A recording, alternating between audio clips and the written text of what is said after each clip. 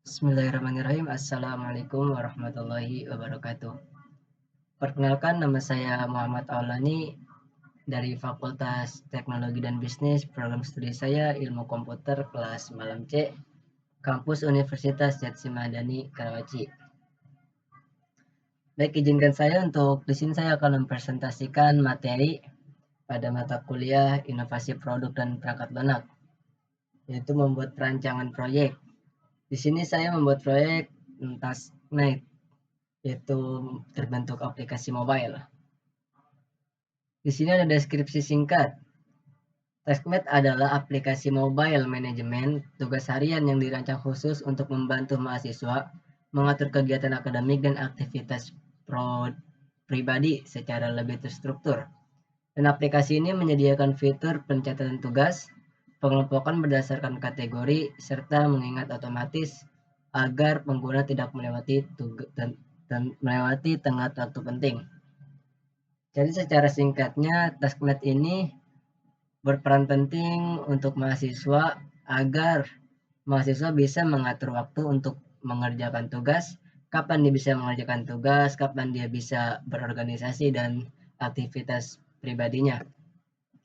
Jadi dengan aplikasi ini kemungkinan besar mahasiswa tidak ada alasan melupakan tugas karena di sini ada fitur notifikasi ketika belum mengerjakan tugas, seperti itu. Yang kemudian ada tujuan inovasi. Tujuannya untuk membantu mahasiswa mengatur tugas harian secara efektif, menyediakan pengingat otomatis agar tidak kelewatan deadline, mengurangi stres akademik akibat manajemen waktu yang buruk. Skopnya lingkungan kerja, yang pertama adalah registrasi dan login pengguna.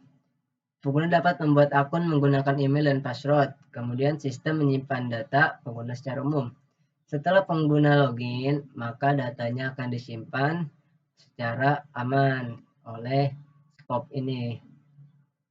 Dashboard. Dashboardnya dan menampilkan daftar tugas yang belum dan sudah selesai, menampilkan deadline dan prioritas tugas, menyediakan filter berdasarkan kategori dan deadline. Kemudian ada tambahan tugas baru. Pengguna dapat membantu tugas baru dengan informasi judul tugas, deskripsi, deadline, kategori tugas, dan prioritas. Ada notifikasi otomatis sebelum deadline tugas. Custom reminder seperti H-1, H-6 jam, atau H-1 jam. Notifikasi overduy jika tugas terlambat diselesaikan. Jadi notifikasi ini akan muncul ketika H-1, kemudian ada H-6 jam dan H-1 jam. Maka notifikasi itu akan muncul ketika mahasiswa belum mengerjakan tugas. Seperti itu kurang lebih. Kemudian ada kategori tugas. Tugas ini dibagi menjadi kategori kuliah, organisasi, dan pribadi. Pengguna bisa memfilter tugas berdasarkan kategori. Ada mark as done. Tugas yang selesai dapat ditandai dengan dipindahkan ke daftar selesai. Maka notifikasi untuk tugas tersebut otomatis dinonaktifkan. Ini batasan proyek, bisa dibaca sendiri. Di sini ada timeline proyek selama 6 minggu. 6 minggu pertama ada aktivitas analisis kebutuhan dan perencanaan. Maka outputnya itu dokumen kebutuhan dan flow aplikasi. Yang jawabnya project manager. Dan seterusnya seperti ini, teman-teman. Kemudian ada kebutuhan resource. Nah, pertama itu sumber daya manusia. Nah, perannya siapa? Ada project manager, satu orang mengatur perencanaan proyek, timeline, koordinasi tim, dan monitoring progress. Kemudian ada satu orang desainer, mendesain wireframe, prototype, dan tampilan aplikasi seperti layout, warna, ikon, atau alur interaksi. Ada mobile, mengembangkan aplikasi Android, membuat logika fitur. Ada software tester, ini untuk menguji fungsionalitas aplikasi, membuat laporan bug, dan memastikan aplikasi stabil. Untuk tools atau perangkat lunak yang dibutuhkan, ini toolsnya yang kita butuhkan adalah ada Android Studio atau VS Code, Flutter, Figma, SQLite, VRFS, Ada GitHub dan Trello. Ini kebutuhan hardware-nya yaitu ada laptop atau PC, smartphone Android, dan estimasi waktu setiap tugas analisis kebutuhan aplikasi 8 sampai 10 jam. Pembuatan desain itu 20 jam dan seterusnya itu seperti ini. Kemudian ada board management proyek TaskMate. Board management proyek TaskMate itu seperti ini. Backlog ini perencanaan untuk desain UI dashboard tugas, coding fitur tambahan tugas, ada coding kategori dan prioritas tugas, implementasi sistem notifikasi, testing fungsional aplikasi, dan di bawah masih ada lagi to do. To do ini yang mau dikerjakan, yaitu kita mengerjakan dulu ini penyusunan spesifikasi fitur TaskMate dan kita pindah ke in progress. In progress ini yang sedang dilakukan, yaitu saya sedang melakukan coding modul login dan autentikasi. Down ini selesai, analisis kebutuhan pengguna ini berarti sudah selesai dikerjakan, pembuatan halaman login juga sudah diselesaikan, maka kita centang. Kemudian ini bentuk tabelnya, ada desain UI dashboard, backlog. Nah, date-nya ada Maret tanggal 14, kemudian dan seterusnya, seperti itu. Kemudian ada tabel analisis resiko proyek. Resikonya keterlambatan pengembangan fitur utama yang akan berdampak fitur tidak selesai tepat waktu, timeline mundur. Probabilitasnya medium, mitigasinya membuat pengembangan tugas jelas, rutin, lakukan daily check. Ini medium. Ada bug pada sistem notifikasi, maka akan berdampak notifikasi tidak muncul. Pengguna bisa melewatkan deadline penting. Probabilitasnya high. Mitigasinya melakukan pengujian intensif pada fitur notifikasi dan menggunakan library stabil. Kemudian ada desain UI UX yang kurang user friendly, maka akan berdampak apa? Ini pengguna bingung, aplikasi tidak nyaman dipakai. Maka melakukan user testing sederhana sebelum implementasi final. Melakukan backup. Kemudian ada error pada database, melakukan backup lokal dan validasi input saat penyimpanan data, menyediakan perangkat cadangan dan dokumentasi lengkap. Ya, kemudian ada developer kekurangan resource perangkat, ini pengembangan terlambat, perangkat cadangan dan dokumentasi lengkap menyediakan lengkap. Notifikasi bentrok dengan pengaturan ponsel pengguna, reminder tidak bekerja di beberapa perangkat. Maka menyediakan pengguna pengaturan izin notifikasi kepada user mengunci requirement sebelum dimulai coding dan menghindari tambahan fitur baru seperti itu. Kemudian yang selanjutnya ada indikator keberhasilan TaskMate.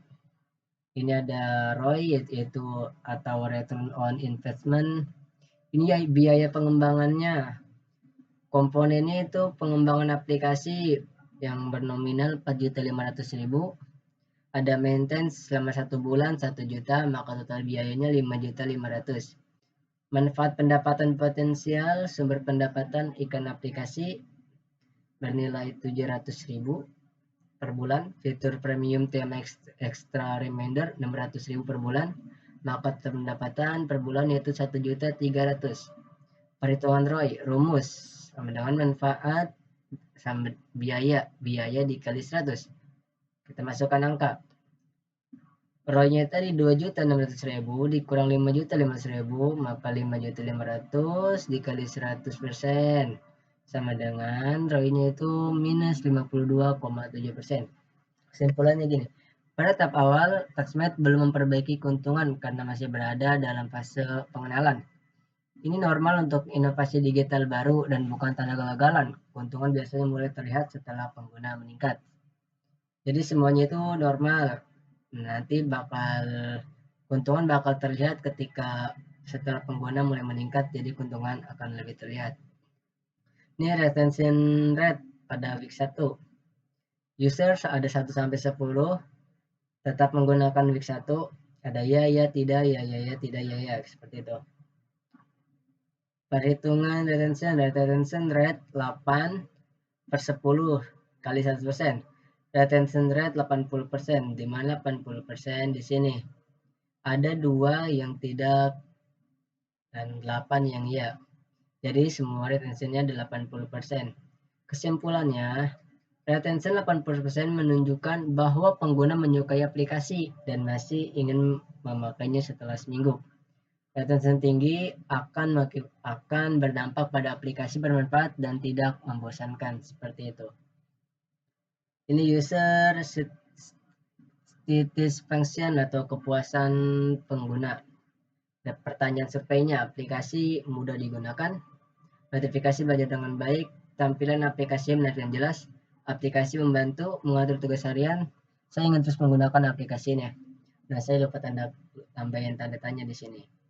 Karena ini sebuah pertanyaan survei untuk kepuasan pengguna. Kemudian simulasi 10 jawaban. Di sini total skor 41, rata-rata 41/10 sama dengan 4,1. Kesimpulannya, rata-rata 4,1 dari 5 menunjukkan bahwa pengguna sangat puas. Fitur pengingat kebutuhan penggunaan dan tampilan dianggap membantu aktivitas mereka. Kesimpulan akhir indikator keberhasilan. ROI masih negatif atau normal untuk aplikasi baru.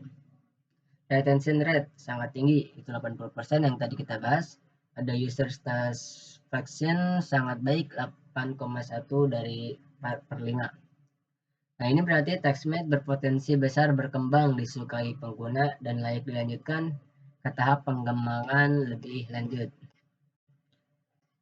Kemudian ada feedback loop-nya. Feedback loop, ini sumber feedback. TextMate memperoleh feedback dari mana? Dari berbagai sumber, yaitu pengguna langsung, log pengguna aplikasi, survei kepuasan pengguna. Dan ada cara pengumpulan feedback. Ada form feedback di aplikasi. Nah, pengguna dapat mengirimkan keluhan atau saran langsung melalui form. Review Play Store. Nah, kita mengumpulkan komentar, rating, dan keluhan pengguna dari sana. Untuk penggunaan tools atau monitoring, menggunakan analitik sederhana untuk melihat fitur apa yang paling sering dipakai. Nah, kita akan melakukan survei berkala. Survei dikirimkan setiap beberapa minggu untuk mendapatkan opini terbaru. Nah, ini makanya pentingnya kita evaluasi. Analisis feedback. Tim analisis akan mengelompokkan feedback berdasarkan kategori UI UX, fitur, bug, dan performa. Menilai seberapa sering masalah terjadi, mengidentifikasi pola. Misalnya, banyak pengguna lupa menekan tombol save, notifikasi sering terlambat, dashboard terlalu penuh. Ada prioritas perbaikan. Prioritas ditentukan menggunakan skala. Ada high priority untuk fitur vital, notifikasi error, bug fatal. Medium, desain kurang rapi, loading lambat. Low, fitur tambahan yang belum feedback. Nah, contoh prioritas TextMate ada high, medium, low yang tadi. Setelah prioritas ditetapkan di developer, kemudian memperbaiki bug, mengoptimalkan fitur utama, memperbaiki tampilan UI UX, akan menambahkan fitur kecil berdasarkan masukan yang tadi seperti di Play Store. Jika ada masukan, maka di sini akan kita usahakan masukan kita terima. Lakukan testing ulang agar update tidak menimbulkan bug baru. Setelah selesai update, dirilis. Monitoring hasil perbaikan. Setelah perbaikan diimplementasikan, maka akan mengecek dulu review pengguna setelah update, melihat apakah crash atau error berkurang, mengevaluasi peningkatan rating aplikasi, melihat apakah retention rate meningkat, atau mengulang survei kepuasan pengguna. Jika hasil masih kurang, maka proses feedback loop dimulai lagi. Di sini diagram singkat sederhana feedback. Dari sumber feedback, yaitu user log survei, ke pengumpulan feedback dari form dan review. Kemudian analisis feedback, ini masukan, kemudian prioritas perbaikan diperbaiki, dari masukan perbaiki. Kemudian ada implementasi perbaikan, di sini perbaikan tahap kedua. Dan balik lagi ke sumber feedback ini. Jadi kesimpulannya, diagram di atas menjelaskan bahwa aplikasi TextMate berkembang melalui proses berkelanjutan. Makanya kita buat ring seperti ini. Nah, feedback, analisis, prioritas, implementasi, monitoring, kemudian feedback lagi. Nah, seperti itu. Kemudian yang terakhir ada strategi pertahanan inovasi jangka panjang. Nah, ini bisa dilihat sendiri. Ada menjaga relevansi jangka panjang. Referensi merupakan faktor kunci agar TextMate tetap digunakan oleh target pengguna seperti pelajar, mahasiswa, bekerja, maupun pengguna umum. Untuk mempertahankan referensi TextMate harus terus menyesuaikan diri dengan kebutuhan pengguna yang dinamis. Ini ada strategi upgrade fitur. Upgrade fitur ada smart reminder yang dapat mempelajari kebiasaan pengguna untuk mengirimkan pengingat otomatis. Ada sinkronasi kalender, integrasi dengan Google Calendar agar tugas dan jadwal dapat sinkronasi otomatis. Tema dan personalisasi memberi kebebasan pengguna memilih tampilan agar aplikasi terasa personal. Progress tracking, fitur visualisasi kemajuan tugas berupa grafik atau badge untuk meningkatkan motivasi. Fitur kolaborasi seperti berbagi tugas dalam kelompok kecil yang akan meningkatkan fungsionalitas aplikasi. Ada rencana monitoring berkala. Ada analitik pengguna seperti fitur yang paling sering digunakan, waktu penggunaan, dan perilaku pengguna. Error dan crash log untuk mendeteksi bug atau masalah sistem yang muncul pada perangkat tertentu.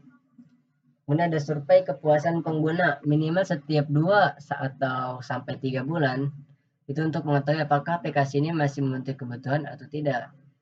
Nah, di monitoring review aplikasi di mana komentar dan rating pengguna dianalisis untuk menentukan prioritas perbaikan. Maka pentingnya komentar dan rating setiap user pada aplikasi TextMate ini agar kita dapat analisis kekurangan aplikasi ini.